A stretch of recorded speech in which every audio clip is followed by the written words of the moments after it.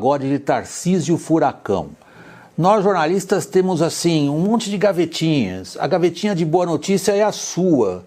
Toda vez que a gente precisa de uma boa notícia a respeito do governo, está lá o ministro Tarcísio Gomes de Freitas. O senhor é uma unanimidade entre empresários, entre políticos. Como é que o senhor explica a sua extraordinária popularidade? É pelo fato do senhor trabalhar mais e fazer pouca política? Boa noite, William. Boa noite, Rafael. Satisfação estar aqui. Na verdade, eu devo tudo ao presidente Bolsonaro, que me abriu a porta do Ministério, permitiu montar uma equipe técnica. Devo muito aos técnicos do Ministério. Na verdade, eu tenho orgulho de fazer parte de um time que é muito bom. Nós temos excelentes resultados em várias pastas, nós temos excelentes ministros. Estou no meu terceiro governo, é a melhor equipe ministerial com quem eu trabalhei. Então, eu tenho bons exemplos na nossa equipe, eu aprendo muito com todos os ministros, acho o Guedes genial, aprendo todo dia e tenho aulas de resiliência, de simplicidade e competência com a ministra Tereza, e vai ser difícil citar todos os bons exemplos que eu tenho dentro dessa equipe. Montamos um time extremamente profissional, extremamente técnico, que faz aí realmente um trabalho extraordinário. Eu tenho um craque em cada uma das posições, com especialistas, e quem me abriu essa porta foi o presidente. Rompeu um paradigma, foi muito corajoso e nos permitiu, então, montar esse time que está fazendo bastante pela infraestrutura. A gente fica extremamente feliz com os resultados que estão sendo apresentados. Eu acho que o Ministério da Infraestrutura, juntamente com outros ministérios, estão indo numa boa trajetória, assim como o governo Bolsonaro. Do ponto de vista econômico, o que esperar do Ministério da Infraestrutura, ministro Tarcísio? A pandemia foi um choque para todos os setores de atividade, né? O que é que a pandemia mudou no Ministério da Infraestrutura? Havia o Ministério da Infraestrutura antes da pandemia e haverá outro depois, do ponto de vista, por exemplo, de disponibilidade de dinheiro, tanto público, do orçamento público, quanto de financiamento privado, ou não? Não, a pandemia não mudou o nosso cenário. A gente, desde o início, estabeleceu algumas metas, alguns pilares de atuação. Por exemplo, o primeiro pilar de atuação nossa era a transferência maciça de ativos para iniciativa privada, isso não mudou. A gente continuou estruturando projetos de concessão durante a pandemia. Hoje nós temos 34 projetos já encaminhados para o TCU. A gente está fechando agora a estruturação de projetos para leilão de mais 12 ativos. A gente já tinha um orçamento apertado antes, em função da situação fiscal. É o exercício fiscal que o Brasil tem que fazer. O Brasil tem demonstrado compromisso com a solvência. Isso é importante para o resgate de confiança. Esse resgate de confiança tem permitido a gente trilhar uma trajetória decrescente de juros. Isso cria até um pouco mais de espaço fiscal, de fôlego para a gente fazer investimento. Fizemos aí durante a pandemia, nós não paralisamos nenhum tipo de atividade. Entregamos 36 obras no primeiro semestre, já entregamos mais 8 obras agora no segundo semestre, e a gente está pisando no acelerador. Nós temos uma boa relação dotação-empenho, empenho-liquidação. Então, pouca coisa alterou, pouca coisa está tendo que ser adaptada em função da pandemia. Então, a pandemia pouco afetou a nossa atividade no Ministério da Infraestrutura. Ministro, o senhor tem dito, e a imprensa tem dado grande destaque às suas declarações, que o senhor está zelando pelo maior programa de concessão do mundo, que trará uma avalanche de dinheiro privado na economia. O senhor tem falado também em revolução no setor de infraestrutura. Todos sabemos, isso daí não é segredo para ninguém, que o Brasil não só ocupa um dos piores lugares no ranking mundial de fazendo negócios, como também a insegurança jurídica é sempre um aspecto levantado por investidores internacionais e nacionais. Em que medida a insegurança jurídica está impedindo que a avalanche de investimentos a qual o senhor se refere aconteça? Está muito confiante com a presença dos investidores nos leilões que nós vamos fazer. Observe que nós já fizemos do ano passado para agora 30 leilões de ativos, 29 leilões de concessão e mais 3 prorrogações antecipadas de contrato de concessão de ferrovias, que foi a Malha Paulista, Estrada de Ferro Carajás e a Estrada de Ferro Vitória Minas. Nós estamos muito tranquilos, muito confiantes pelo seguinte, o que o investidor enxerga? Primeiro, o Brasil é um país que tem tradição de respeito aos contratos. E isso ficou muito demonstrado na própria pandemia, onde começou a aparecer muito pleito, por exemplo, de abertura de cancela de pedágio, e a gente conseguiu manter os contratos de concessão operando apesar de todas as dificuldades. Nós temos excelentes ativos. Nós temos, por exemplo, a rodovia Presidente Dutra, o Porto de Santos, o aeroporto de Congonhas, o aeroporto Santos Dumont, a BR-163 no Pará, várias rodovias ligadas ao agronegócio, ferrovias ligadas ao agronegócio ou ao setor mineral.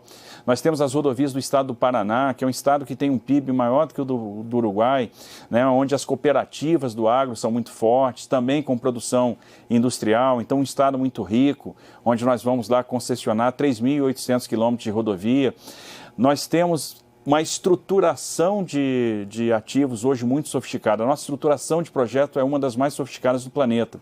Isso porque nós aprendemos muito com os erros do passado, trilhamos uma curva de aprendizado, aprendemos com os insucessos, né, da primeira etapa de concessões de rodovia, da terceira etapa, onde a gente misturou, por exemplo, demanda e investimento, onde a gente não respeitou que investimento tem que atrelar a demanda, onde a gente usou bancos públicos como variável de ajuste. Então, esses ensinamentos foram incorporados, a nossa estruturação hoje é bastante reconhecida, respeitada no mundo todo. Estabelecemos mecanismos financeiros de proteção dentro de cada contrato. Nós temos, por exemplo, mecanismos de proteção para investimentos de segundo ciclo, mecanismos de proteção para investimentos de primeiro ciclo, mecanismo de proteção cambial. Então, estamos enfrentando aqueles riscos conhecidos aí dos investidores que eram comunicados. Estamos conversando muito com o mercado.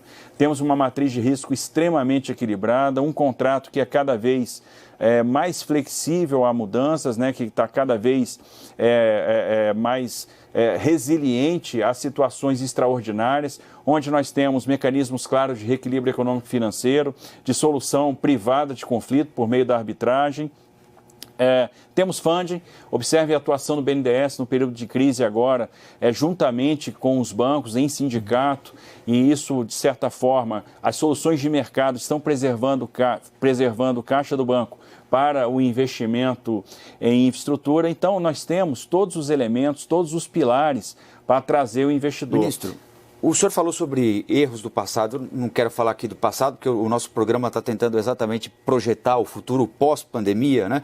Mas eu queria recuperar um acontecimento ainda do pré-pandemia, que era a tentativa ou a reclamação de algumas concessionárias de aeroportos, por exemplo. Vou citar um como exemplo. Já havia problema detectado em Viracopos, lá em Campinas, né? E é curioso notar que há ou havia e continua existindo um problema em Viracopos, porque é um aeroporto que nasceu para dar certo, né? Pela importância que ele tem, por exemplo, no transporte de cargas para toda a região, para toda a América do Sul. Mas havia um problema ali, não é? Há novas rodadas de leilões de aeroportos previstas para serem feitas nos próximos meses. O que é que mudou nesses próximos leilões em relação aos leilões anteriores? Que regras existiam que davam errado e que foram consertadas para darem certo a partir de agora? Em cada rodada de licitação que a gente faz, a gente aprende, né? A gente colhe experiências. Nas primeiras rodadas de licitação de aeroportos, a gente cometeu vários equívocos, né?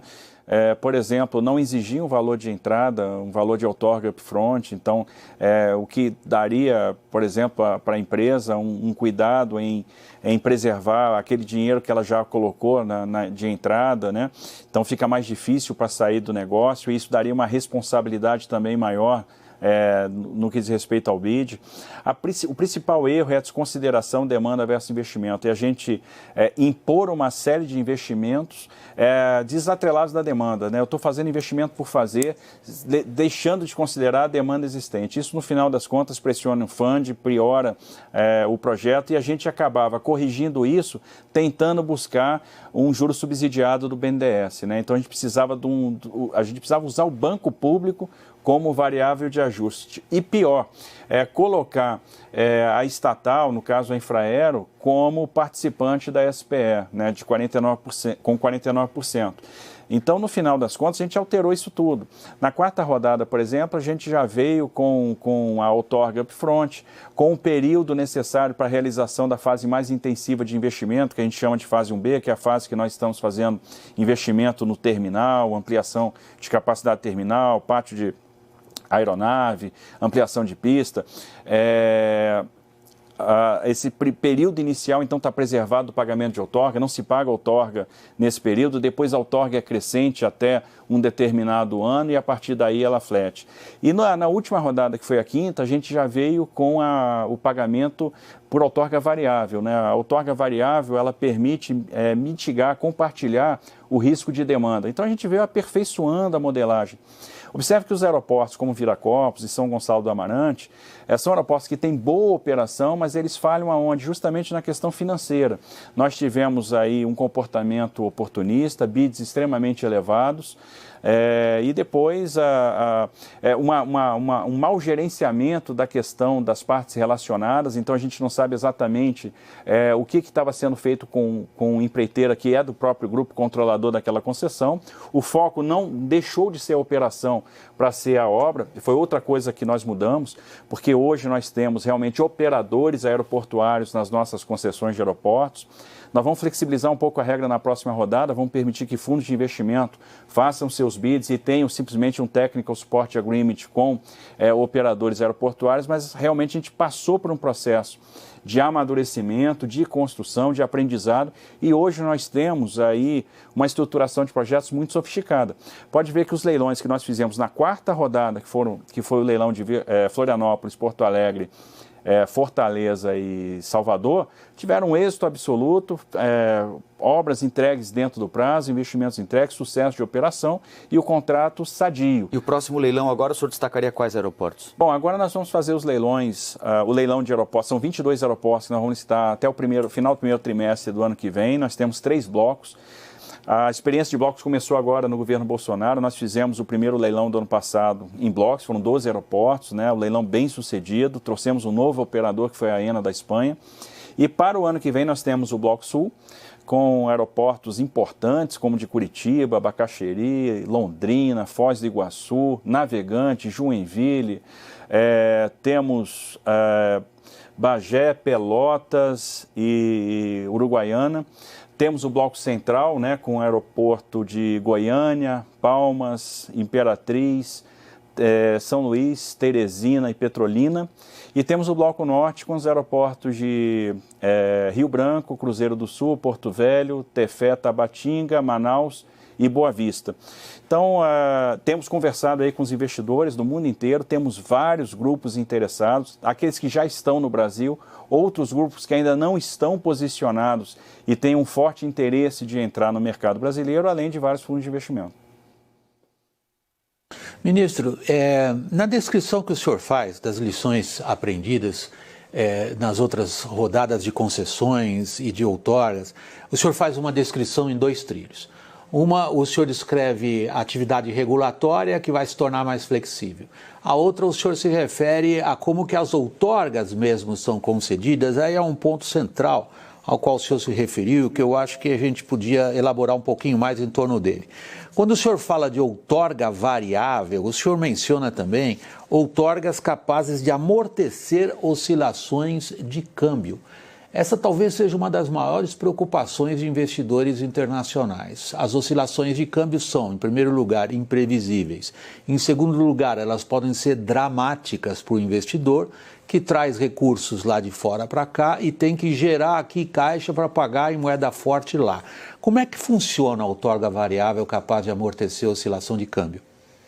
Bom, a gente estabeleceu, então, um valor de outorga, estamos estabelecendo um valor de outorga variável nos contratos. Nós temos outorga variável nos contratos de aeroportos, nos contratos de rodovia. Nós não tínhamos isso nos contratos de rodovia, foi uma coisa incorporada recentemente nessa última estruturação que nós estamos fazendo, né? É o que está acontecendo, por exemplo, na BR-153 Goiás-Tocantins, na Nova Dutra, vai ser assim na CRT, em todas as estruturações que nós estamos fazendo a partir de agora, nas rodovias do Paraná.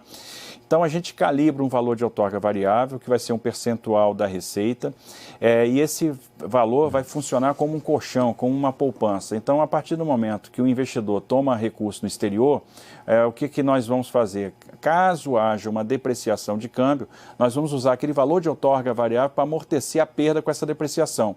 Ou seja, nós vamos abater a perda daquele valor de outorga variável devido. Ou acrescer na outorga variável caso haja um ganho com variação.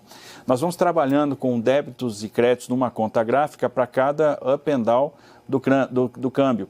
E vamos fazendo isso até o final do período de financiamento, deixando um período entre o final do financiamento e o final do contrato para fazer o ajuste de contas. Então, o objetivo é zerar o jogo, é zerar a conta, né, é fazer com que o investidor, partindo sempre da lógica, que é uma convergência de câmbio e inflação no longo prazo, que ele resista às variações de câmbio e preserve a sua taxa interna de retorno em moeda estrangeira no curto prazo. Bom, isso aí soa como música para eles. Essa sua frase, preservar a taxa de retorno dele a longo prazo em moeda forte, é o que todo investidor gostaria de ouvir.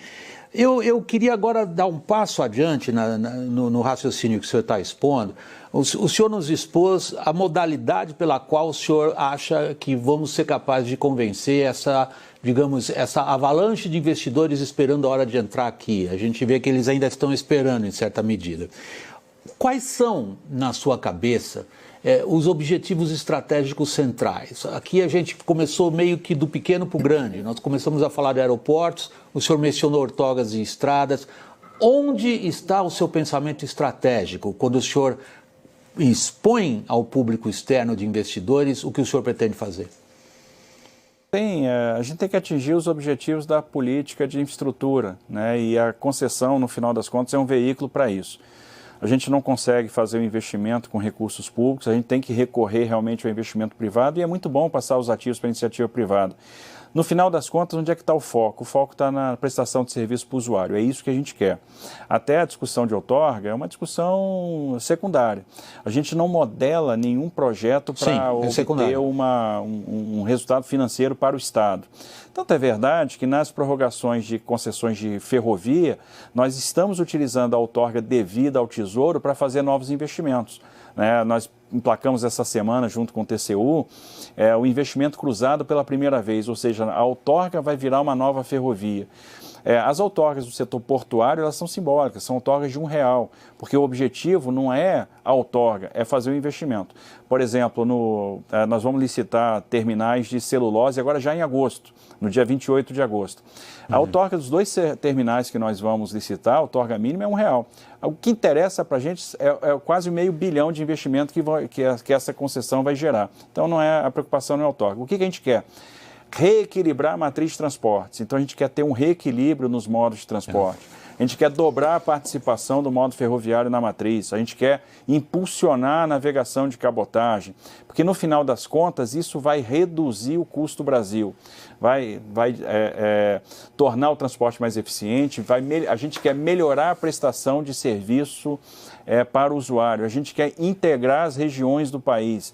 Então, os projetos de infraestrutura, e notadamente esses que nós vamos passar para a iniciativa privada, eles são importantes por causa disso, para atingir os objetivos da política de transporte, inclusive aqueles objetivos relacionados à sustentabilidade. Um dos objetivos do Ministério é a descarbonização da matriz de transportes. E nós vamos conseguir isso com impulso à cabotagem, com impulso à ferrovia, utilizando modos de transporte mais eficientes do ponto de vista energético, que promovem a substituição de carbono. Então, é nessa linha que nós estamos estruturando os projetos. Isso é importante porque, por exemplo, os investidores também estão muito conectados à questão da sustentabilidade, o fluxo financeiro vai ser cada vez mais atrelado aos padrões ambientais. O senhor tem sido cobrado por isso, sobre índices de desmatamento da Amazônia, sobre as notícias divulgadas o tempo todo na imprensa nacional e internacional. Os investidores o cobram antes de sinalizar um eventual investimento aqui no Brasil sobre a veracidade ou não desses fatos e sobre o que o governo Bolsonaro faz para conter o desmatamento do meio ambiente? É claro que os investidores, eles pedem esclarecimentos, né? Eles têm curiosidade a respeito do que é verdade, do que é guerra de narrativa, né? Do que é guerra comercial. E a gente presta os esclarecimentos. E a gente mostra o seguinte: primeiro, o Brasil é uma potência ambiental e não dá para a gente abrir mão disso. De fato, nós somos. Nós temos uma trajetória de muito sucesso na questão do meio ambiente. O Brasil é o país que tem mais de 60% de reserva florestal, nós temos 84% de Amazônia preservada, nós temos 44% de matriz energética renovável. No que diz respeito à energia elétrica, isso ainda é maior, supera os 80%. Né? Então, nós temos uma série de projetos que convivem, né, com o desenvolvimento sustentável. Poderia citar a Estrada de Ferro dos Carajás, a exploração mineral em Carajás, que convive com a Floresta Nacional dos Carajás, extremamente preservada, e a gente mostra que é possível aliar exploração econômica, desenvolvimento com preservação. Essas coisas coexistem muito bem. Assim como a provisão da infraestrutura também coexiste bem com a preservação. A exploração da bacia petrolífera de Urucu também é um case de sucesso, acho que todo mundo devia conhecer, para ver como é que se explora petróleo e gás natural no interior do Amazonas com muita sustentabilidade. Eu tenho pequenas clareiras lá no interior, circundadas de floresta, absolutamente preservado, um gasoduto que leva o gás natural da província de Urucu até Manaus, 660 quilômetros de duto, né? Então, onde a gente fez, por meio desse gasoduto, a substituição das plantas de energia de Manaus, convertendo, né, o óleo diesel para o gás natural. Então, é um exemplo aí para ser demonstrado, né? A gente voa horas na Amazônia sem ver nada desmatado, né? Então, outra coisa, há um engajamento do governo em melhorar os índices que estão sendo apresentados até agora. Então, realmente é uma convicção em investir em biotecnologia, em aumentar o vigor das fiscalizações. Foi criado um Conselho da Amazônia, que é liderado pelo vice-presidente da República, então é uma demonstração clara de compromisso político para que a gente mantenha a nossa tradição de preservação do meio ambiente. E outra coisa que a gente está mostrando para eles é que a nossa estruturação de projetos é sustentável. Nós estamos trabalhando em parceria com entidades mundialmente respeitadas, como o Climate Bond Initiative, como a GIS da Alemanha, que estão olhando os nossos projetos e tentando colocar o nosso projeto num bom padrão ambiental. Então, as questões de descarbonização, substituição, então sequestro de carbono, as questões relacionadas a mudanças climáticas estão sendo incorporadas. O que a gente precisa fazer? Limitação de transporte de combustível fóssil numa ferrovia, por exemplo, para que os projetos nasçam já com o selo verde, que eles nasçam aptos, por exemplo, ao Green Finance, que a gente possa acessar o mercado verde, emitir Green Bonds, né, e ter também mais uma porta de funding.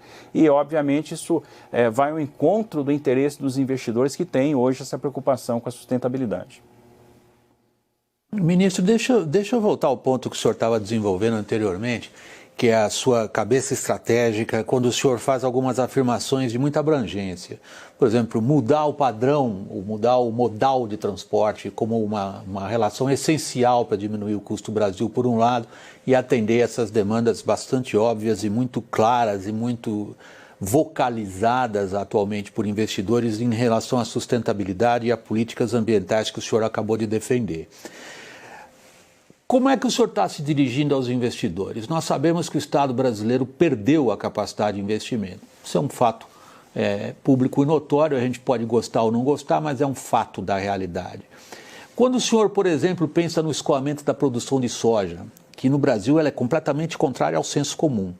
A gente faz a soja produzida no meio do continente vir por estradas depauperadas e por portos que o senhor está agora começando a colocá-los na modernidade, quando a gente teria a possibilidade de fazer isso escoar para cima e usando o transporte fluvial. O senhor tem na carteira uma série de projetos que o senhor convida os investidores a realizar o investimento, porque o Estado brasileiro não pode? A gente apresenta para eles, por exemplo, o que é necessário para reequilibrar essa distribuição aqui no Brasil. Durante muito tempo a gente fazia não tinha um simbolismo, né? A gente podia, a grosso modo, dizer o seguinte: 85% da produção brasileira estava ao norte do paralelo 16 e 85% da produção brasileira era escoado a partir de portos que estavam ao sul do paralelo 16. Então é um flagrante desequilíbrio. Só para ilustração do nosso público, o paralelo 16 é mais ou menos ali onde está Porto Seguro. Exatamente. Então, o que acontece? A gente precisa reequilibrar essa distribuição. E aí o Arco Norte, por exemplo, aparece como uma alternativa. Os projetos que nós estamos apresentando para os investidores são projetos que, primeiro, têm demanda. Isso é uma coisa muito importante para que o investidor entre. São projetos que já nascem com demanda. Pega uma Ferrogrão, uma ferrovia que já nasce com 30 milhões de toneladas de capacidade. Isso é uma coisa única, né? Isso é um grande atrativo. Então, realmente é o que desperta o interesse. A gente está fazendo roadshow para a Ferrogrão agora. Temos 12 interessados trabalhando conosco e que pediram espaços, né, para debater essa ferrovia e eu estou bastante otimista com relação à concretização dela. Para levar realmente carga para o Arco Norte. Se a gente pensar em Miritituba há 5 anos atrás, 6 anos atrás, nós tínhamos um terminal lá, privado, com uma capacidade de 3,5 milhões de toneladas. Hoje nós temos 15 milhões de toneladas instaladas já em Miritituba e com vários projetos terminais privados em processo de autorização. Então a capacidade portuária ali naquela região vai aumentar muito. Então, nós temos um grande projeto que é a Ferrogrão. A gente está desenvolvendo 2 grandes eixos ferroviários, o da Norte-Sul, que foi licitado ano passado. Hoje nós estamos realizando 2,8 bi de investimentos para uma ferrovia que vai estar operacional já a partir do ano que vem. E a gente vai proporcionar a ligação ferroviária de Itaqui, no Maranhão, até o Porto de Santos. Então, uma grande coluna vertebral ferroviária. Com a decisão do TCU e a prorrogação do contrato da Estrada de Ferro dos Carajás e da Estrada de Ferro Vitória Minas, nós vamos construir, e essa vai ser uma das contrapartidas da Vale, a estrada de ferro da Ferrovia de Integração do Centro-Oeste, que vai ligar Água Boa, no Mato Grosso, até a Ferrovia Norte-Sul. Então, a gente liga o Vale do Araguaia à Ferrovia Norte-Sul. Eu crio mais um canal, mais uma rota de escoamento para os grãos do Mato Grosso, os grãos do Centro-Oeste, em direção à Ferrovia Norte-Sul. A gente vai usar a mesma estratégia no que diz respeito à prorrogação dos contratos da FCA para completar a Ferrovia de Integração Oeste-Leste, que está em obra hoje, e o primeiro trecho vai para licitação para iniciativa privada ainda no final deste ano, que é o trecho que liga Caetité a Ilhéus. Então, no final das contas, a gente está construindo um grande corredor leste-oeste. Então, a gente vai ter Ferrogrão, indo em direção a Miritituba. Nós temos uma ferrovia que vai sair do Mato Grosso e vai parar lá em Ilhéus. Nós temos a ligação norte-sul. A gente está dando 4 opções diferentes ferroviárias de acesso a portos de exportação para os produtores do Centro-Oeste, do Oeste Baiano, então do estado de Tocantins, da região do Mato Piba. E isso é muito interessante porque é choque de oferta. E no final das contas, a gente disponibiliza a oferta e, obviamente, isso vai gerar um interesse do concessionário em capturar a carga. O frete vai cair muito, né? Vai cair de uma forma muito expressiva e a gente vai estar atingindo esse objetivo de reequilibrar essa distribuição e de reduzir o custo de transporte. A pergunta é a seguinte: o senhor parece ter descoberto o ovo de Colombo nessa questão do TCU, que é a seguinte: o senhor diz para o investidor ou quem foi outorgado, e assim, não me dá o dinheiro. O dinheiro que você vai me dar, você usa para investir. A tua contrapartida em vez de você me pagar e o dinheiro vai para o cofre, para o Tesouro Nacional, o senhor usa isso para investir, o senhor constrói e a gente conversa depois como é que é a compensação pelo seu investimento. Agora, a pergunta que está parada no ar ainda, ministro, é a seguinte: praticamente já é dogmático a gente dizer no Brasil que, por exemplo, a nossa soja é extraordinariamente competitiva do portão da fazenda para dentro. Do portão da fazenda para fora, ela perde boa parte da competitividade justamente pelos gargalos de infraestrutura, em parte a eles o senhor já se referiu. Agora aí é realmente uma pergunta quase política, ministro. Quando que o senhor poderá dizer ao produtor de grãos brasileiro que a competitividade dele será boa, tanto para fora como já é hoje para dentro do portão da fazenda? Observe que o governo Bolsonaro está fazendo, né? Nós vamos proporcionar aí 30 a 40 bilhões de reais nos próximos anos de investimento em ferrovia, eminentemente privado, e usando muito esse mecanismo do investimento cruzado a que você se referiu, né? Onde a gente troca a outorga, né, por uma prorrogação de contrato, por uma obra ferroviária. Essa obra ferroviária, depois de pronta, é da União. O que a gente faz com essa ferrovia? A gente licita a operação. Como a gente venceu o risco de engenharia, a gente vai entregar para o privado uma ferrovia que já está construída, Aquilo que tinha um valor presente líquido negativo ou que era insuportável para se fazer uma concessão precedida de obra, passa a ter valor presente líquido positivo. E quem construiu tem alguma vantagem na licitação dessa nova absolutamente, ferrovia? Não tem. Porque ela vai concorrer com qualquer outro operador de ferrovia. Ele pagou pela outra rodovia que ele estava usando. Ele pagou por aquela que teve o contrato prorrogado. Então ele faz a obra e entrega para nós. A gente licita a operação, eu vou oferir uma nova outorga. Essa nova outorga pode ir para o Tesouro ou ser reinvestida em outro segmento ferroviário. E assim nós vamos fazendo ferrovia. Esse movimento com o que está projetado, Ferrogrão, o eixo norte-sul, né, de Itaqui até Santos, esse que já vai estar operacional ano que vem. Né, a gente já vai sentir o efeito da Norte-Sul ano que vem. A prorrogação da Malha Paulista, a gente está investindo 6 bilhões de reais em 5 anos nessa prorrogação. A gente sai de uma capacidade de 35 milhões para 75 milhões. O que isso vai significar no final das contas? Em torno de 25% de redução de frete em 5 anos. O eixo leste-oeste, desde Água Boa até Ilhéus. Então, no final das contas, a gente está falando de dobrar a participação do modo ferroviário na matriz de transporte em cerca de 8 anos. E aí o nosso produtor vai começar a sentir a repercussão disso. Fora isso, a navegação de cabotagem. Nós temos um projeto de lei que o Poder Executivo vai mandar para o Congresso agora para usar o nosso potencial de costa. Hoje a gente tem 11% de cabotagem, de participação na cabotagem na matriz de transporte, mas a gente pode alavancar isso, a gente pode ter 40% de aumento de frota até 2022, porque basicamente a grande virtude do PL, desse projeto de lei de cabotagem, é proporcional ao aumento de frota. Então a gente vai começar a usar esse potencial de costa e também nós vamos fazer um investimento em hidrovias. Estão, por exemplo, trabalhando para licenciar o derrocamento do Pedral do Lourenço, que vai perenizar a hidrovia do Tocantins. A gente já tem a inclusa ali, então vai ser uma nova rota de escoamento de produção. A hidrovia do Madeira, que o governo Bolsonaro está agora dragando, que também é outra rota importante para as cargas que saem do noroeste do Mato Grosso, que saem do estado de Rondônia. Então nós estamos equalizando essa questão da matriz de transportes, tornando-a mais eficiente, e isso vai ter uma repercussão no frete. Só para ter ideia, às vezes, como é rápida o efeito da política pública. Nós passamos 47 anos para pavimentar a BR-163 no Pará, e a gente se acostumou a todos os anos ver aquelas cenas de atoleiros, de filas de caminhão. Caminhão sambando. Caminhão sambando, caminhões parados, e o governo Bolsonaro entregou isso em muito pouco tempo. Entregou isso em novembro do ano passado, ela pavimentada até Miritituba. A redução no frete em direção a Miritituba no ano de 2020 já foi de 26%. Isso é muito fácil de explicar, porque um caminhão, como ficava atolado, como parava na atoleira, ele fazia 2, no máximo 3 viagens mês, do centro de gravidade ali, que é Sinop, Sorriso, até Miritituba. Hoje o caminhão faz 6, 7 viagens mês. Então houve realmente um decréscimo no frete e ele foi bastante significativo.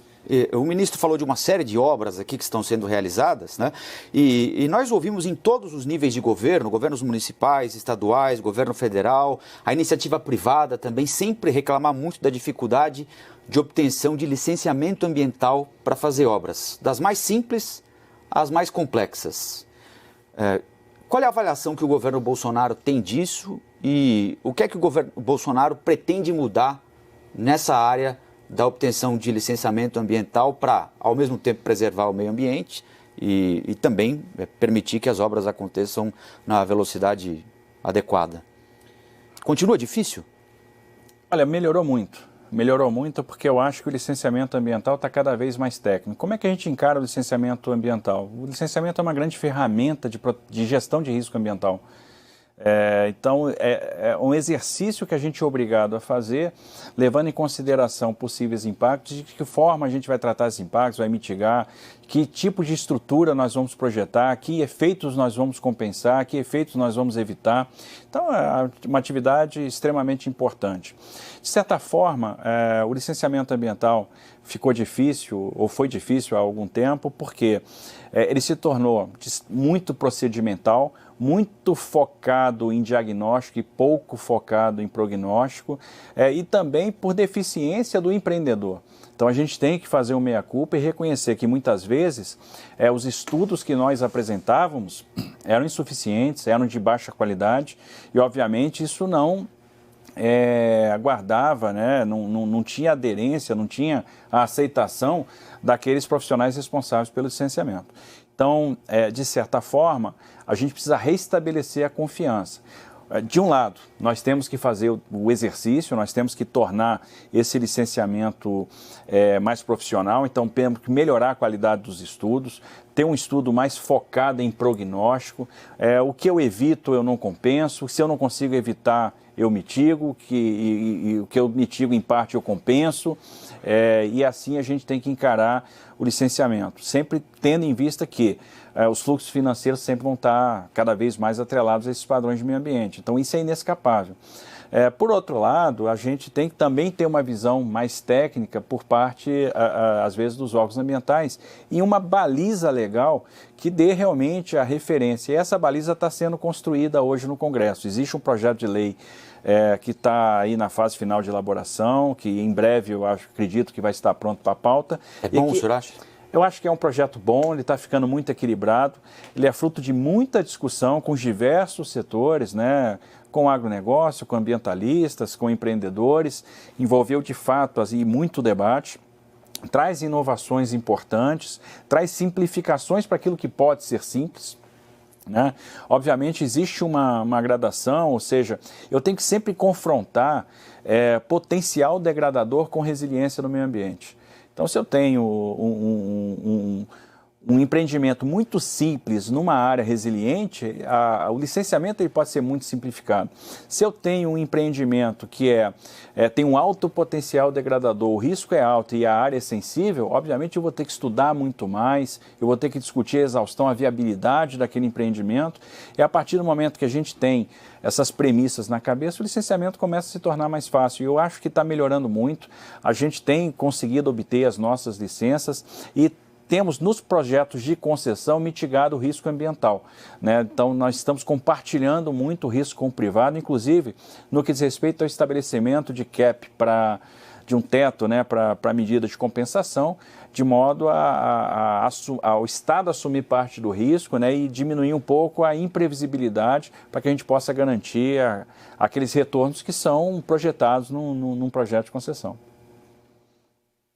Ministro, quando o senhor se refere, eu já estava com a pergunta na cabeça, mas quando o senhor usou a palavra imprevisibilidade, eu achei que a minha pergunta estava ainda mais adequada ao que o senhor vem explanando.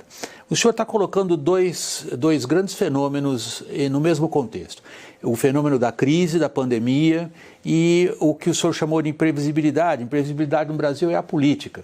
E o senhor se referiu agora, por exemplo, a um PL importante, um PL que tende a, digamos, a fazer com que o Código Florestal seja finalmente uma lei que pegue. A palavra é minha, evidentemente, o senhor fique à vontade para comentar.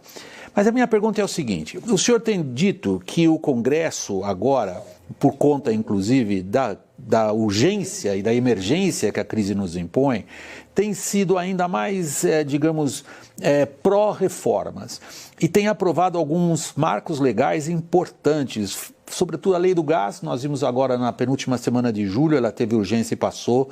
Nós vimos essa questão do licenciamento ambiental, a qual o senhor acabou de se referir. Nós temos legislações importantes em relação ao petróleo, a licitações, cabotagem, debêntures, mas também o marco do saneamento, finalmente aprovado. Uma vergonha um país como o nosso, não é, ministro?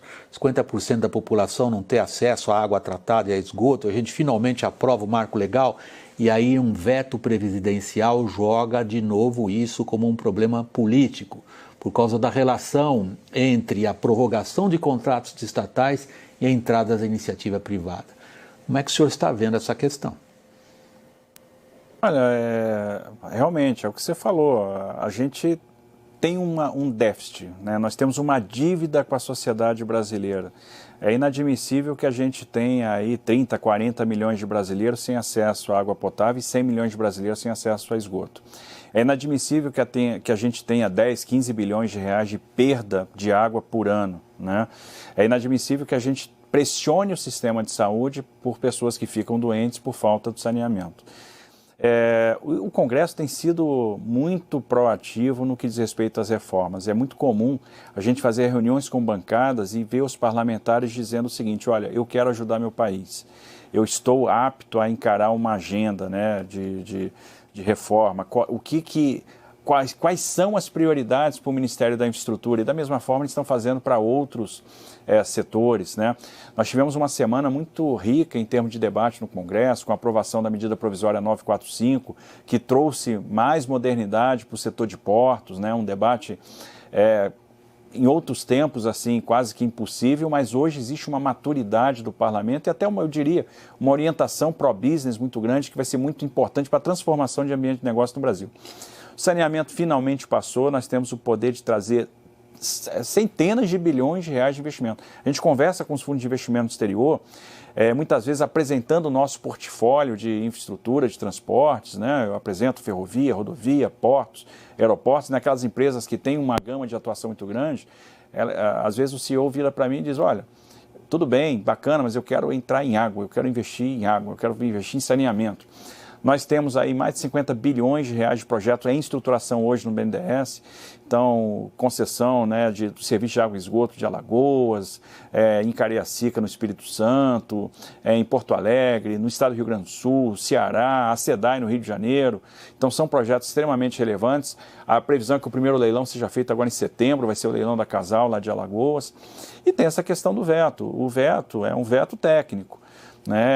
É óbvio que existe algum estremecimento político, mas eu acho que é um enfrentamento necessário, porque se a gente permitir que contratos de concessão sejam prorrogados por mais 30 anos com as empresas estatais, isso vai postergar mais ainda o investimento em saneamento. A gente vai atrasar mais ainda aquilo que a gente tanto necessita, porque o fato esse tempo todo, as empresas estatais não conseguiram fazer os investimentos, não conseguiram caminhar com passos firmes na direção da universalização do serviço.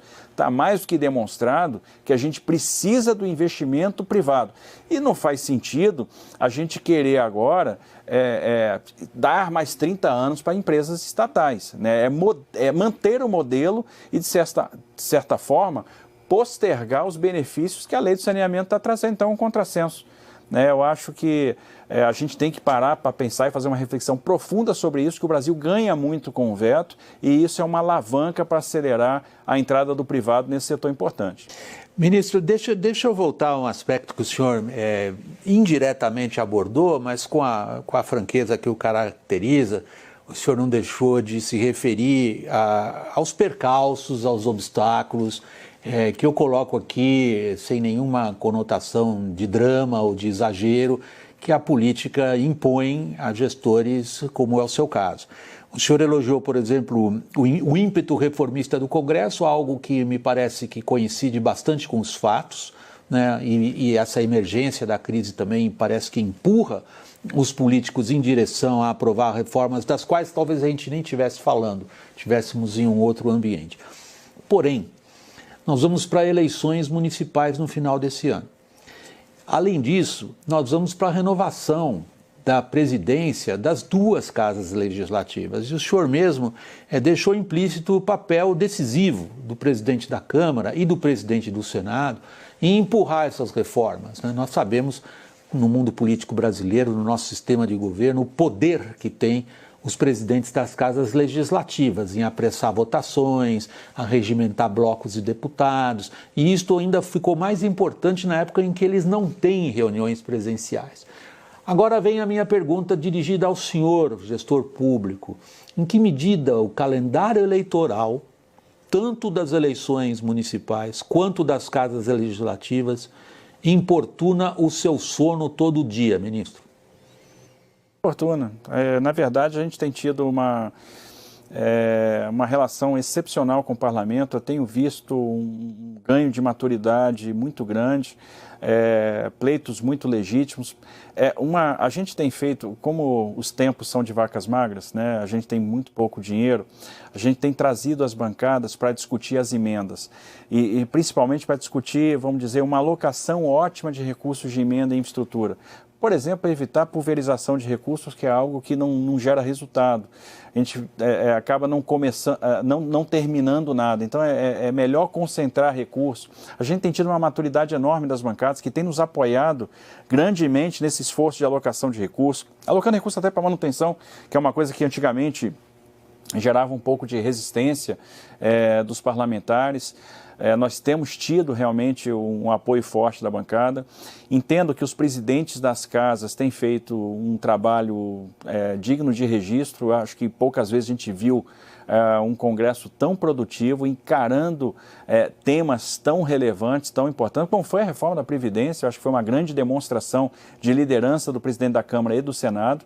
São dois presidentes que têm liderança e uma orientação pro-business, estão comprometidos com reformas importantes, com um direcionamento pro-business, com uma mudança no arranjo produtivo, com uma mudança no nosso ambiente de negócios. Então, eles têm feito um trabalho realmente notável, e a quantidade de legislação importante que já foi aprovada, como, por exemplo, a lei das agências, né? Eu falei a reforma da Previdência, começaram a discussão da reforma tributária, então não tiveram medo de encarar a reforma tributária.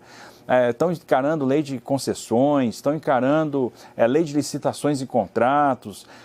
Eles nos cobram, por exemplo, envio da lei de cabotagem, né? Nos cobram outras reformas, estão discutindo a lei do licenciamento, debêntures, PL do gás.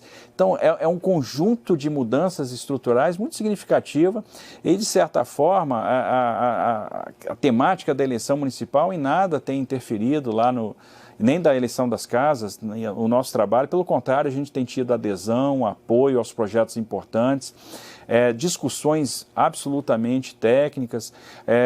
Nessa semana mesmo, na votação da medida provisória 945, que foi a que promoveu a reforma dos portos, vários líderes nos procurando para tirar dúvidas e para fazer a orientação das suas bancadas.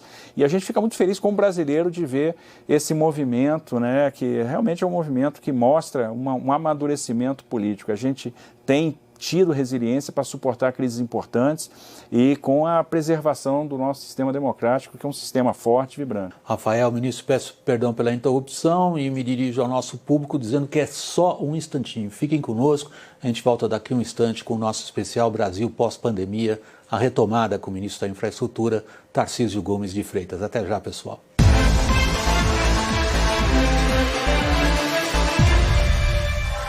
As suas vendas. Brasil pós-pandemia. Neste domingo, uma nova edição do programa especial que já entrevistou os ministros Paulo Guedes e Tereza Cristina. Agora, William Vac e Rafael Colombo conversam com o ministro da Infraestrutura, Tarcísio de Freitas. Como as grandes obras vão atrair investimentos para o desenvolvimento do país. Brasil pós-pandemia. Domingo, 9h45 da noite. CNN, inconfundível. Brasil pós-pandemia. Neste domingo, uma nova edição do programa especial que já entrevistou os ministros Paulo Guedes e Tereza Cristina. Agora, William Vac e Rafael Colombo conversam com o ministro da Infraestrutura, Tarcísio de Freitas. Como as grandes obras vão atrair investimentos para o desenvolvimento do país. Brasil pós-pandemia. Domingo, 9h45 da noite. CNN, inconfundível. Brasil pós-pandemia. Neste domingo, uma nova edição do programa especial que já entrevistou os ministros Paulo Guedes e Tereza Cristina. Agora, William Vac e Rafael Colombo conversam com o ministro da Infraestrutura, Tarcísio de Freitas. Como as grandes obras vão atrair investimentos para o desenvolvimento do país. Brasil pós-pandemia. Domingo, 9h45 da noite. CNN 360. De segunda a sexta, com Daniela Lima e Carol Nogueira. Às 3h30 da tarde. Só na CNN. CNN 360. Apoio Hospital IGESP. Nossa vocação é cuidar. Medicina de ponta no coração de São Paulo. Encontrar uma alegria é impressionante no meio desse caos. Tava lá cozinhando, né? de repente a campainha tocou. Eu toquei a campainha, fazer a retirada do pedido, saiu o rapaz mascarado. Acredito que na hora quando eu falei qual o número do pedido, reconheci pela voz. Tiago? Meu amigo de infância. Aí eu me emocionei, meu brother. 15 anos sem vê-lo. Eu no restaurante. E eu fazendo entrega. Agora eu vou lá todo dia. Retiro o pedido e levo um almoço ainda na cortesia. Da hora. iFood. Esta é a CNN, inconfundível. Rodrigo Abreu, CEO da Oi, numa entrevista a Raquel Landim. A Oi está encontrando a sua vocação de ser a maior provedora brasileira de infraestrutura. CNN Líderes, hoje, 11h45 da noite.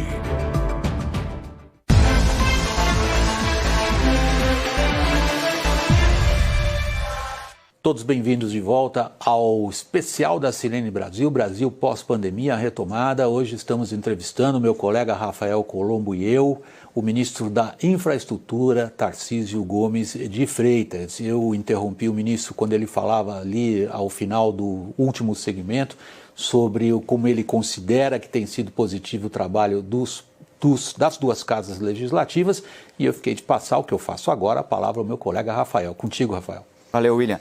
Ministro, eu queria saber que avaliação o senhor faz do momento vivido pelas empreiteiras brasileiras, que foram violentamente atingidas pela Operação Lava Jato, seus dirigentes, né, muitos deles, e consequentemente as empresas também. Muito se falou da necessidade de separar a pessoa física da pessoa jurídica, né? De preservar o emprego, preservar o know-how dessas empreiteiras e punir dirigentes que eventualmente tenham cometido delitos. Também falamos muito sobre uma dificuldade na obtenção de acordo de leniência, né? Porque o Ministério Público aceita uma coisa, que o Tribunal de Contas da União não aceita, que outro departamento não aceita. O senhor acha que em algum momento a gente vai chegar a um consenso para conseguir facilitar a produção de um acordo de leniência? As empreiteiras brasileiras vão conseguir se recuperar do baque sofrido durante e depois da Operação Lava Jato? Eu entendo que a Operação Lava Jato trouxe ensinamentos importantes. Eu acho que o mercado de construção teve que fazer uma profunda reflexão sobre o que aconteceu e sobre como caminhar, né, para frente. E isso essa reflexão não é feita só pelas empresas que se envolveram na Lava Jato. Ela é feita pelo mercado como um todo, inclusive concessionárias hoje. Isso é fundamental, principalmente aquelas concessionárias que têm um braço empreiteiro, que têm uma ligação com a empreiteira, que tem aí no grupo partes relacionadas. A gente tem procurado estimular a questão da integridade, por isso que nós criamos um selo de integridade no Ministério, que é justamente para premiar e divulgar, né, isso funciona muito como um padrão de comparação, empresas que adotam realmente padrões de governança, padrões de integridade, que é o que a gente quer. A gente quer trabalhar com empresas que levam a sério a questão da integridade. Não há mais espaço para determinadas práticas, né? E o Brasil realmente mudou e tem mudado com muita velocidade nesse aspecto. Entendo que o acordo de leniência é algo positivo, né, para manter, para preservar realmente o know-how, esse conhecimento de engenharia de empresas importantes lá. Tem vários pais de famílias, engenheiros bem formados, gente com acervo. Essas empresas têm muito acervo, têm histórico. De certa forma, a gente está aprendendo a lidar com a situação e essa situação hoje ela está sendo... nós temos um processo de uniformização de procedimentos. Esse processo está sendo liderado pelo presidente do Supremo Tribunal Federal, o ministro Dias Toffoli, justamente para que esses acordos sejam efetivos, para que depois haja segurança jurídica para que essas empresas voltem a operar sob uma nova ótica, sob um novo padrão de governança, com um novo compromisso. Então, no final das contas, o acordo de leniência tem que ser encarado como uma oportunidade. E as empresas que se envolveram com problemas no passado, por serem grandes e por terem tido a experiência e aprendido da pior forma, elas podem liderar um processo de transformação do mercado da construção civil. O exemplo delas pode impulsionar outros e aquilo que elas ganharem no que diz respeito à governança, do que elas vão implementar, elas podem disseminar para todo o mercado. E a gente pode começar a construir um novo padrão de governança nesse setor da construção civil. Então, acho isso fundamental. E é muito importante que a sociedade perceba que aqueles valores que foram desviados foram devolvidos, né? E o interessante seria que essas empresas devolvessem da melhor forma, devolvessem fazendo o que elas sabem fazer de melhor, aquilo que elas fizeram de pior. Ministro, o senhor, quando se refere ao mercado, o senhor se refere a uma enorme amplitude de agentes econômicos, investidores, operadores dos mercados de capitais, os dirigentes de grandes empresas, às quais o senhor agora se referiu também. As empreiteiras brasileiras sempre estiveram entre as mais importantes do mundo. E quando o senhor se dirige ao mercado, o mercado conferiu com muita atenção a sua declaração, dizendo que os projetos de infraestrutura no Brasil, estou citando o senhor, podem conferir retornos entre 8% e 12% no mundo. Não existe nada igual, o senhor disse. Alguns agentes de mercado acham que o senhor está otimista demais. Não. Na verdade, a gente tem mandado, por exemplo, o TCU, e observe, quando a gente fala em 8,5%, 9% real ao ano, é aquilo que nasce da nossa modelagem. Obviamente, a nossa modelagem é um referencial. Essa modelagem ela acaba no dia do leilão, que vai depender, por exemplo, do bid da empresa e da atitude da empresa perante aquele projeto. Agora, nós somos conservadores no estabelecimento de premissas, nós somos conservadores no que diz respeito a CAPEX, nós somos conservadores no que diz respeito à demanda, e existem vários upsides em cada um desses projetos. O projeto de aeroporto, por exemplo, tem muito upside, porque é um projeto em que a receita acessória, que é a receita comercial, ela acaba sendo a receita mais importante do ativo. E se o operador é habilidoso na gestão dessas receitas, se ele consegue maximizar a exploração do sítio aeroportuário, ele consegue alavancar suas taxas de retorno. A mesma coisa vale para rodovias, por exemplo, e por isso é tão importante ter um portfólio. Isso é um fator importante do nosso programa de concessões. Ninguém estuda o nosso sistema regulatório, sistema jurídico para entrar num projeto só, ou para participar de um leilão, porque pode fracassar e gastou um monte de dinheiro para aprender um pouco mais de Brasil. Então é importante ter portfólio. E o portfólio ele traz a seguinte oportunidade: eu posso agregar 2, 3 ativos e estabelecer o mesmo centro de operação, ou seja, eu posso criar sinergia entre esses ativos. E isso é uma alavanca para o resultado. Então, se a gente está modelando projetos que têm taxas de 8,5%, 9% ao ano real, essas taxas, dependendo da configuração do projeto, dependendo do entorno, elas podem chegar realmente a 10%, 11% ao ano real, até 12% ao ano real. Isso já tem acontecido. Por exemplo, no caso das linhas de transmissão, projetos de energia, e não é difícil isso acontecer nos projetos de rodovia. Isso explica, por exemplo, o desconto que nós tivemos recentemente na concessão da BR-101 Santa Catarina. Por que o grupo que ganhou foi tão agressivo? Porque ele já administrava a concessão da rodovia de integração do Sul, que é contígua, então ele tinha uma vantagem competitiva. Isso pode acontecer quando a gente levar em consideração o sistema 364, 365, com o 53 Goiás Tocantins, com a 060, 364, 452.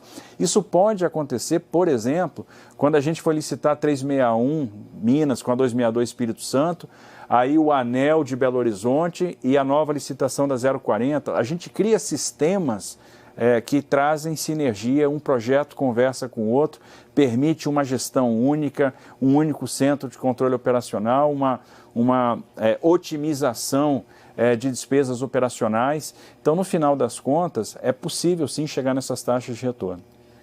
Aliás, tem um desses sistemas para ser concedidos ano que vem, que é muito interessante, né? O da Via Dutra e o da Rio Santos, não é? E o senhor participou daquela transmissão que o presidente Jair Bolsonaro faz às quintas-feiras, e ele lembrou ali que havia intenção de instalação de mais praças de pedágio, tanto no Rio quanto em São Paulo, e isso não vai ocorrer. Agora, o senhor disse uma outra coisa, que a tendência é de o preço do pedágio das praças já existentes cair para o usuário.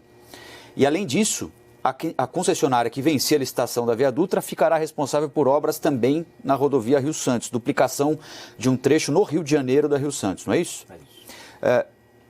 Onde é que o concessionário vai ganhar dinheiro se ele vai ter de investir na Via Dutra e cobrar menos pelo pedágio com as mesmas praças? Observe, o que acontece? O contrato que nós temos hoje é um contrato estabelecido na década de 90. Eram contratos que tinham taxas de retorno extremamente elevadas, contratos baseados no plano de negócio. Nós fizemos uma reformulação completa da forma como esses contratos são estruturados. Nós adequamos esses contratos à realidade existente hoje.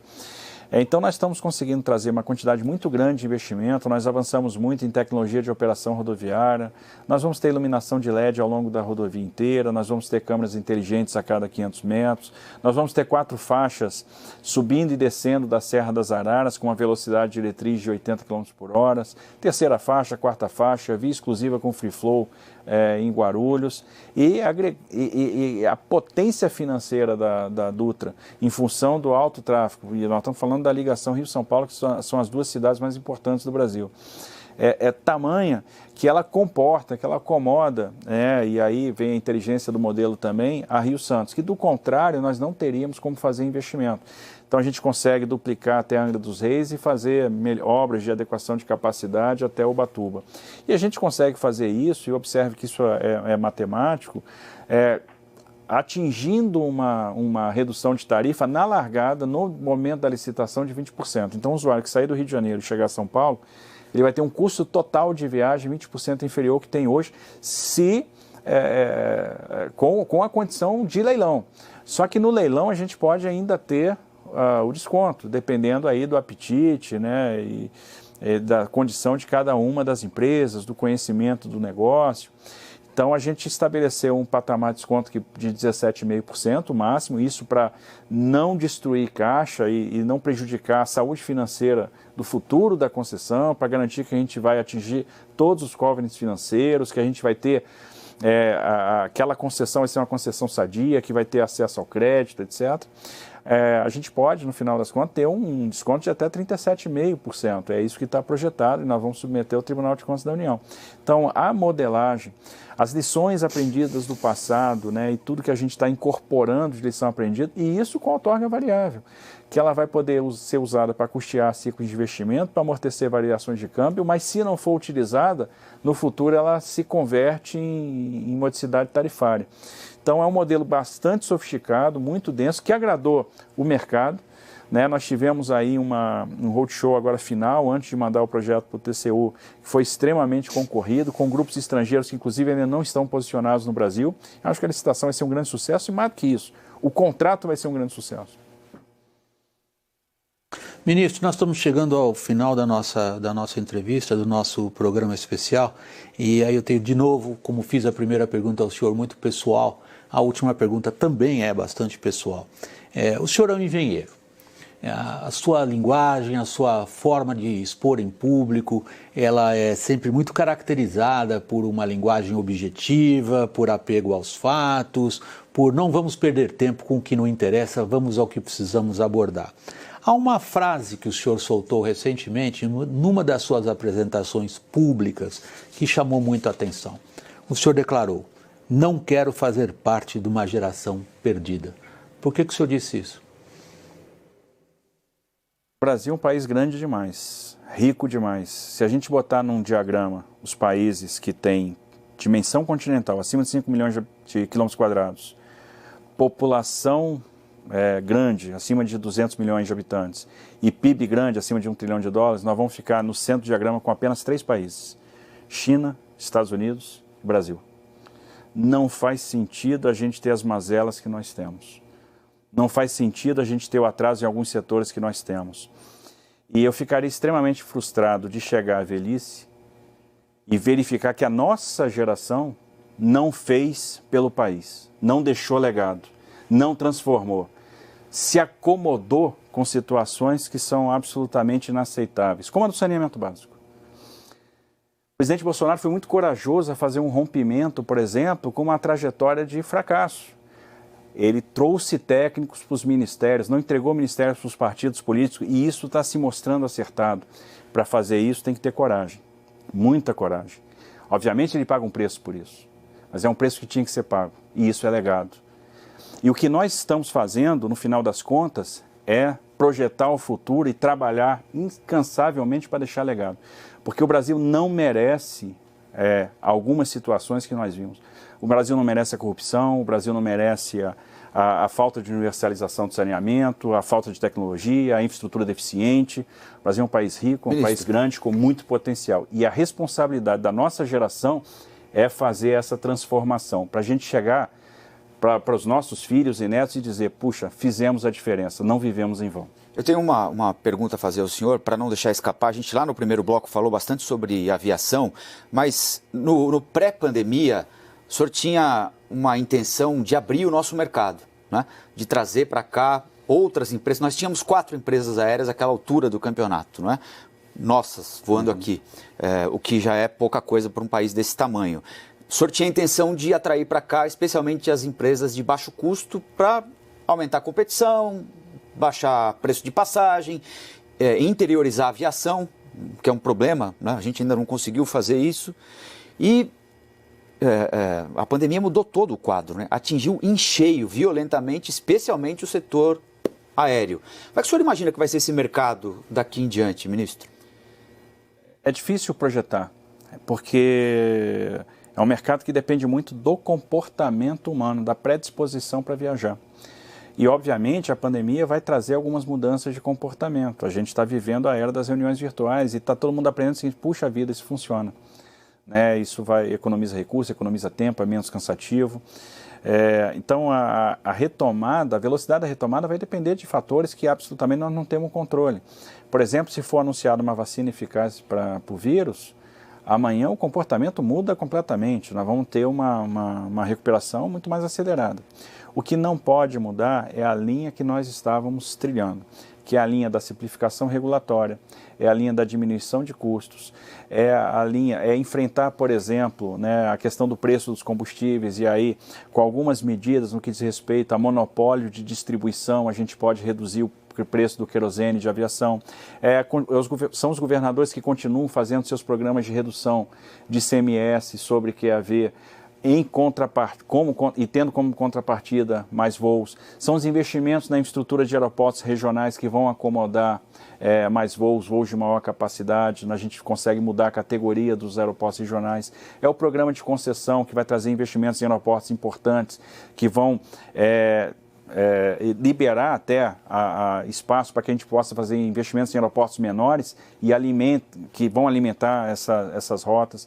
É acabar com o excesso de judicialização, e foi uma medida que nós emplacamos agora na medida provisória 925. O Brasil era o país que mais judicializava no mundo, é o único país do mundo que a gente tem, por exemplo, indenização por danos morais quando um avião não decola por falta de teto. E isso parece um negócio, vamos beneficiar o consumidor, só que quando a gente está beneficiando todo mundo está perdendo, porque esse recurso vai sair de algum lugar, e isso pressiona a tarifa. Então, essas mudanças estruturais, elas têm que ser feitas, né?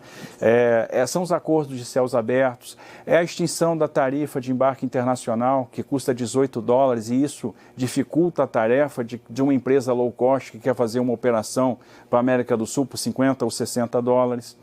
Então, existe uma agenda para o setor de aviação que nós não podemos abandonar, porque os fundamentos estão corretos em detrimento do cenário. Porque o cenário, só o tempo vai dizer como é que ele vai se comportar, com que velocidade ele vai se recuperar. Que ele vai se recuperar, não há dúvida. O brasileiro voava pouco, voava para poucas localidades. A gente tem que aumentar a oferta de localidades e botar o brasileiro para voar mais. Agora, é uma questão de paciência, né? Vamos ver como vai ser o comportamento humano daqui para frente. A gente tem um compromisso hoje de mudar a experiência do passageiro, no pré-voo, durante o voo, no pós-voo, para que ele se sinta seguro. E, obviamente, os avanços da ciência vão contribuir também com uma maior velocidade de retomada. Ministro Tarcísio, o Supremo Tribunal Federal também no pré-pandemia estava analisando a tabela do frete, né? E esse assunto deve voltar à pauta em algum momento quando as coisas se normalizarem, não é? Qual é a expectativa que o senhor tem em relação a isso? Que tipo de interlocução o senhor tem mantido com os caminhoneiros? O senhor espera que as coisas estejam melhores quando o assunto voltar à pauta efetivamente? Eu acho que a gente tem uma agenda de trabalho com os caminhoneiros, uma agenda que vinha sendo muito produtiva. Obviamente, a pandemia prejudicou um pouco a interlocução, mas não o andamento do trabalho. Então a gente continua, por exemplo, estudando modificações na pesagem veicular, né, porque a gente sabe que algumas coisas que acontecem no que diz respeito a pesagens são ultrapassadas ou são injustas, a gente tem como aprimorar isso. Nós temos que discutir a questão dos postos de parada e descanso. Obviamente, a gente já incorporou isso nas novas concessões. Então, nos modelos que estão indo para o Tribunal de Contas a partir de agora, os postos de parada estão previstos, vão ser uma obrigação do concessionário. Isso vai trazer um grande alívio, mas a gente tem que pensar como é que a gente vai fazer a provisão de postos de parada para as rodovias que não são concedidas ou para aquelas que já foram concedidas.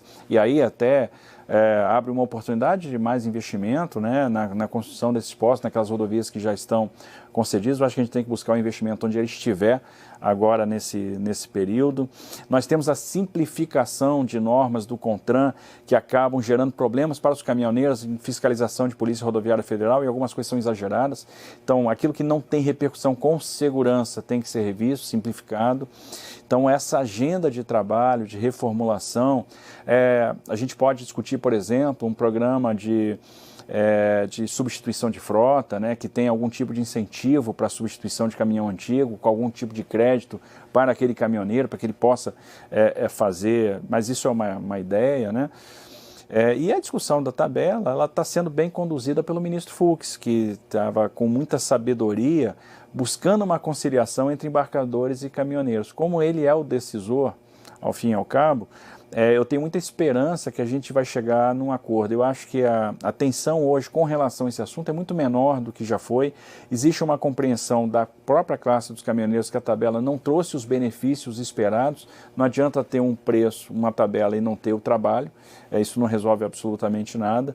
Então, acho que a gente vai caminhar no sentido da pacificação e, obviamente, há muito que fazer para melhorar a condição de trabalho do caminhoneiro, para que ele tenha mais dignidade, para que ele tenha dignidade, por exemplo, nos terminais dos embarcadores, nos terminais próprios, nos terminais em pool, nos terminais de terceiros. Então, esse é o objetivo, é melhorar a experiência do caminhoneiro e, obviamente, a gente tem que sempre olhar a qualidade da nossa malha, porque isso é fundamental.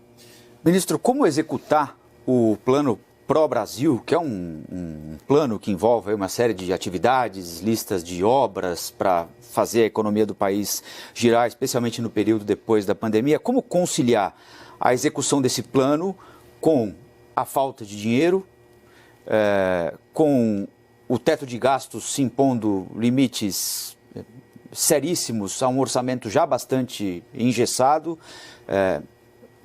Que panorama o senhor vislumbra para essa lista de prioridades que o senhor já entregou à Casa Civil, né? São mais de 150 obras, não é isso? Sim. Observe, primeiro, uma das vertentes do Plano Pró-Brasil, a gente chama de vertente ordem, é a vertente regulatória, é a vertente da legislação. E, para mim, a vertente mais importante, que é aquela que vai deixar, de fato, legado, vai trazer transformação, simplificação do ambiente de negócios, atratividade. Então, essa é a vertente mais importante, aqui tem que estar a nossa maior energia. Então, aqui está o PL do gás, que vai trazer o gás barato, que vai trazer o regime de autorização para o gás, o PL de ferrovias, que vai trazer o regime de autorização para as ferrovias, então permitindo que nós tenhamos ferrovia com uma conotação muito mais privada do que o que nós temos hoje, ou seja,